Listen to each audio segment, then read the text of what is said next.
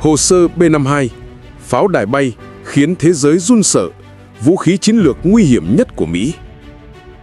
John lái thử chiếc B-52, một chiếc oanh tạc cơ chiến lược tầm xa.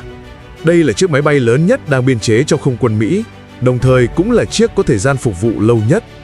Từ khi được trang bị vào năm 1955 tới nay, đã là năm thứ 68 phục vụ, đúng là một ông cụ lão làng.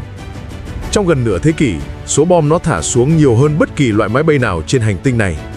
Đảm nhận nhiệm vụ tấn công chiến lược hạt nhân, B-52 có tầm hoạt động hữu dụng lớn tới 15.000 km, nên mới được mệnh danh là pháo đài tầng bình lưu, Stratofortress.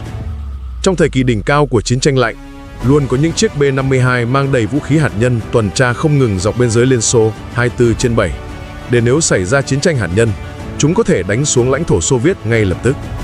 Chào mừng đến với Bemember Military. Hôm nay, chúng ta sẽ cùng tìm hiểu về pháo đài tầng bình lưu B-52. Tháng 9 năm 1945, máy bay ném bom B-29 của Mỹ đã thả quả bom nguyên tử đầu tiên xuống Hiroshima. 3 ngày sau, lại thả quả thứ hai xuống Nagasaki. Kết quả là hoàn toàn thay đổi bộ mặt chiến tranh hiện đại. Chỉ vì bom nguyên tử, chiến thắng hay bại của một cuộc chiến giờ có thể bị quyết định trong chốc lát. Cùng với việc kích thước và sức công phá của vũ khí hạt nhân ngày càng tăng, những máy bay ném bom hiện có dần không còn theo kịp yêu cầu. Trong Thế chiến thứ hai, Mỹ từng muốn dùng B-29 ném bom lên đất liền Nhật Bản, nhưng tầm bay hạn chế khiến chúng không thể quay về sau khi hoàn thành nhiệm vụ, buộc phải hạ cánh xuống Trung Quốc.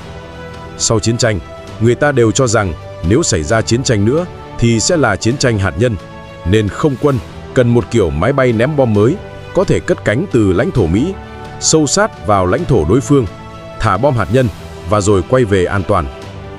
Tháng 2 năm 1946, Lầu Năm Góc và Không quân Mỹ đề nghị chế tạo một loại oanh tạc cơ tầm xa mới, yêu cầu tốc độ khoảng 483 km/h, bán kính tác chiến 8.047 km và có thể mang được khoảng 4,5 tấn bom hạt nhân. Ba ông lớn ngành hàng không, Boeing, Martin, Conway, đều tham gia đấu thầu, cạnh tranh để thiết kế một chiếc oanh tạc cơ tối ưu về tầm bay, tải trọng và tốc độ. Đồng thời, Liên Xô cũng không đứng yên mà đang gấp rút phát triển oanh tạc cơ chiến lược của họ. Cuộc đua xem bên nào sẽ chế tạo được chiếc máy bay tầm xa mang được vũ khí hạt nhân trước. Năm 1948, Boeing thắng thầu. 4 năm sau, chiếc B-52 được giới thiệu thử nghiệm chính thức tại Seattle. Chuyến bay thử đầu tiên kéo dài tròn 3 tiếng rưỡi, là một trong những chuyến bay khai trương mạnh mẽ nhất trong lịch sử, thể hiện năng lực của Mỹ có thể thực hiện cuộc tấn công hạt nhân trả đũa nhằm vào Liên Xô. Trùng hợp thay, chỉ vài tháng sau chuyến bay đầu tiên của B-52, Tu-95 cũng chính thức lộ diện ở Liên Xô. Nó cũng có khả năng cất cánh từ lãnh thổ Xô Viết để tấn công lãnh thổ Mỹ. Thế là thế cân bằng lại được tái lập. Nhưng người Mỹ không chỉ muốn cân sức, họ muốn chiếm ưu thế tuyệt đối. Vị tướng nổi tiếng của Mỹ, Curtis LeMay, xuất hiện với một kế hoạch để phô trương sức mạnh hạt nhân tối tân của nước mình, và B-52 là nòng cốt. Ngày 21 tháng 5 năm 1956, tại bãi thử Bikini, trong một lần thử nghiệm mang mật danh Cherokee, một chiếc B-52 đã thả quả bom nhiệt hạch Mark 15 nặng 3.447 kg. Cột mây nấm do vụ nổ tạo ra cao tới 28,6 km, sức công phá tương đương 200 quả Little Boy cộng lại. Sau khi đã phô trương uy lực, tướng LeMay quyết định phải cho Liên Xô thấy rõ năng lực vận tải chiến lược của họ. Tháng 1 năm 1957, ông ra lệnh cho 3 chiếc B-52 bay vòng quanh thế giới không ngừng nhằm minh chứng bán kính tác chiến vô song của B-52. Nhưng LeMay vẫn chưa hài lòng. Ông cho rằng chỉ phô bày thôi là chưa đủ, phải để B-52 tuần tra thường trực. Năm 1960, ông triển khai một dự án hoàn toàn mới để thực hiện điều này. Ông ta ra lệnh cho những chiếc B-52 mang đầy đầu đạn hạt nhân bay tới sát cửa nhà Liên Xô để tuần tra hàng ngày.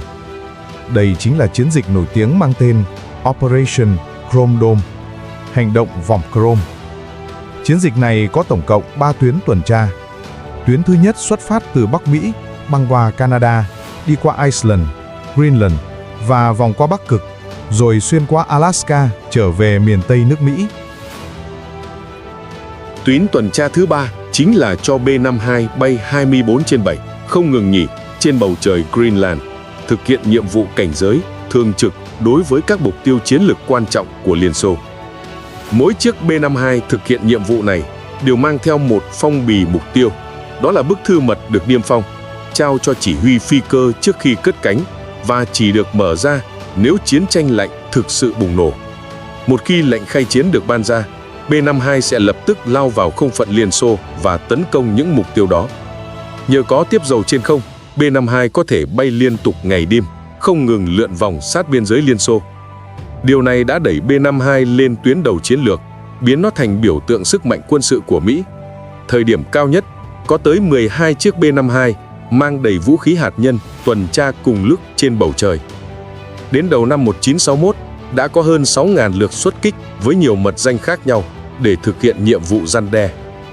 Tần suất dày đặc như vậy đã dần dần đẩy B-52 tới giới hạn chịu đựng. Cần phải hiểu rằng, chỉ cần một chiếc B-52 gặp sự cố kỹ thuật, rơi xuống và chẳng may kích nổ bom hạt nhân gần lãnh thổ Liên Xô, thì thế chiến thứ ba rất có thể sẽ nổ ra ngay lập tức. Quả thực, ngay trong năm 1961, một chiếc B-52 chở 2 quả bom hạt nhân công suất 4 triệu tấn TNT mỗi quả đã rơi do rò rỉ nhiên liệu khi đang bay. Bom hạt nhân rơi xuống đất, may mắn là không phát nổ, nhưng trong đó có một quả đã vượt qua gần hết các lớp an toàn, chỉ còn cách thảm họa đúng một bước nữa mà thôi. Just like hail falling there.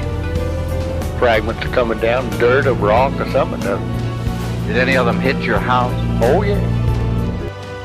Thế nhưng, tướng Curtis LeMay lại chọn cách phớt lờ vụ rơi máy bay kia và tiếp tục duy trì chiến dịch Chrome Dome. Năm 1966, thêm một chiếc B-52 mang đầy đủ vũ khí hạt nhân va chạm với máy bay tiếp dầu trên bầu trời Tây Ban Nha. Xác máy bay cùng 4 quả bom hạt nhân rơi vãi khắp lãnh thổ Tây Ban Nha, trong đó có một quả rơi thẳng xuống Địa Trung Hải. Phải mất vô cùng nhiều công sức, Tây Ban Nha mới trục vớt được nó, và vụ việc này khiến cả các đồng minh của Mỹ cũng thấp thỏm lo lắng.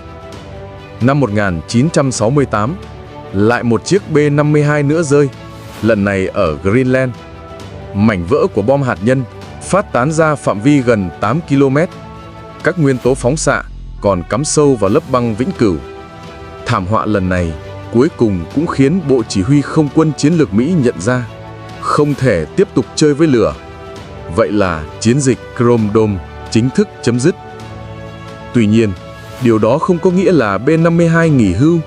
Trái lại, nó ngay lập tức nhận lấy một nhiệm vụ mới, bay nửa vòng trái đất đến Việt Nam. Đây là lần đầu tiên B-52 bước vào chiến trường thực sự. Vừa mới đặt chân tới Việt Nam, nó đã thể hiện ngay sức mạnh khủng khiếp. Trong năm đầu tiên, trung bình mỗi tháng, B-52 ném xuống hơn 8.000 tấn bom. Một đợt tấn công duy nhất cũng đủ để xóa sổ cả một khu vực rộng lớn. Chính bởi uy lực đó, B-52 nhanh chóng giành lấy biệt danh máy bay ném bom dài thảm. Việt Cộng thích đánh du kích trong rừng làm Mỹ hết sức đau đầu. Nếu không tìm được các anh, tôi sẽ thiêu rụi cả rừng. Mỗi lần B-52 quần thảo đều san phẳng những khu rừng rộng lớn ở miền Bắc Việt Nam, khiến Việt Cộng mất chỗ ẩn nấp. Miền Bắc phản công quyết liệt, trong đó có việc sử dụng hệ thống tên lửa phòng không SAM đời mới nhất lúc đó. Radar của nó có tầm phát hiện khoảng 29 km, trong khi tầm bay sâu nhất của B-52 chỉ khoảng 15 km. Điều này đặt sinh mạng B-52 vào thế bị đe dọa nghiêm trọng. Để chống radar địch, Mỹ triển khai dự án mang tên Iron Hand, Wandering, dự án chống điện tử cho B-52, trang bị cho B-52 hệ thống tác chiến điện tử mới để gây nhiễu tín hiệu radar tên lửa đối phương, làm cho máy bay khó bị khóa mục tiêu. Tháng 12 năm 1972, khi đàm phán hòa bình giữa Bắc Việt và Mỹ rơi vào bế tắc, Tổng thống Nixon ra lệnh mở chiến dịch ném bom để ép Bắc Việt trở lại bàn đàm phán. Tại căn cứ không quân Andersen ở Guam, hơn 100 chiếc B-52 mang vũ khí đã sẵn sàng cất cánh. Kế hoạch khổng lồ được chia làm 3 đợt xuất kích. Tất cả B-52 bay cùng tuyến, cùng tốc độ, cùng độ cao. Ngay cả khi một chiếc bị radar khóa, phi công vẫn không được thay đổi hướng bay để tránh va chạm với đồng đội. May mắn thay, hệ thống gây nhiễu hoạt động hiệu quả. Đội B-52 tiếp cận bầu trời Hà Nội an toàn. Mỗi chiếc thả 108 quả bom, rồi ngay sau đó quay ngoặt sang trái, bay về hướng Thái Bình Dương. Đêm hôm đó, 90% B-52 đã trúng mục tiêu chính xác. Trong 2 tuần giao chiến tiếp theo, có 15 chiếc B-52 bị bắn rơi, nhưng điều đó không làm lu mờ kiên công của chiến dịch. Tổng cộng, B-52 đã thả 15.000 tấn bom xuống Bắc Việt và thành công tránh được hơn 1.200 lần tấn công bằng tên lửa SAM. Thành công trong chiến tranh Việt Nam đã chứng minh năng lực vượt trội của B-52. Năm 1982, không quân Mỹ trang bị cho B-52 loại tên lửa hành trình AGM-86, ký hiệu trong văn bản là ATM-86, có tầm bắn khoảng 2.414 km, giúp nâng cao năng lực tấn công toàn cầu của chiếc oanh tạc cơ này. 8 năm sau, trong chiến tranh vùng vịnh, loại tên lửa này được đưa vào sử dụng. B-52 là những máy bay đầu tiên tiến công các cơ sở liên lạc, thiết bị radar và hệ thống phòng không của đối phương, mở đường cho các máy bay chiến đấu khác. B-52 cất cánh từ một căn cứ không quân ở Mỹ, bay nửa vòng trái đất tới Iraq. Nhờ có AGM-86, B-52 có thể tấn công mục tiêu từ khoảng 1.600 km, ở ngoài tầm tác chiến hiệu quả của nhiều hệ thống phòng không, giúp bảo đảm an toàn cho oanh tạc cơ. Sau khi đến trên không phận Saudi Arabia, B-52 phóng tên lửa, phá hủy hệ thống radar đối phương. Sau chuyến bay dài 35 giờ, vượt 22.531 km, B-52 đã bay trở về đất Mỹ. Trong chiến dịch bão sa mạc, B-52 đóng vai trò rất quan trọng, thực hiện gần 2.000 lần xuất kích, thả hơn 40 tấn các loại vũ khí và vận chuyển tới 25 triệu tấn đạn dược, theo con số trong văn bản. Một lần nữa, B-52 lại chứng minh sức mạnh đáng sợ của nó. Về kích thước và cấu hình, B-52 dài 48,5 m, sải cánh 56,4 m, cao 12,4 m, diện tích cánh 370 m², trọng lượng cất cánh tối đa lên tới 220 tấn. Máy bay trang bị 8 động cơ tua bin quạt TF-33 của Pratt & Whitney. Mỗi động cơ cung cấp khoảng 8 tấn lực đẩy. Tốc độ tối đa đạt 1.047 km/h. Tầm bay tối đa 16.232 km. Phạm vi tác chiến hữu dụng khoảng 15.000 km. Ưu thế lớn nhất của B-52 là khả năng mang vũ khí. Nó có thể mang bất kỳ loại vũ khí nào trong kho của không quân Mỹ.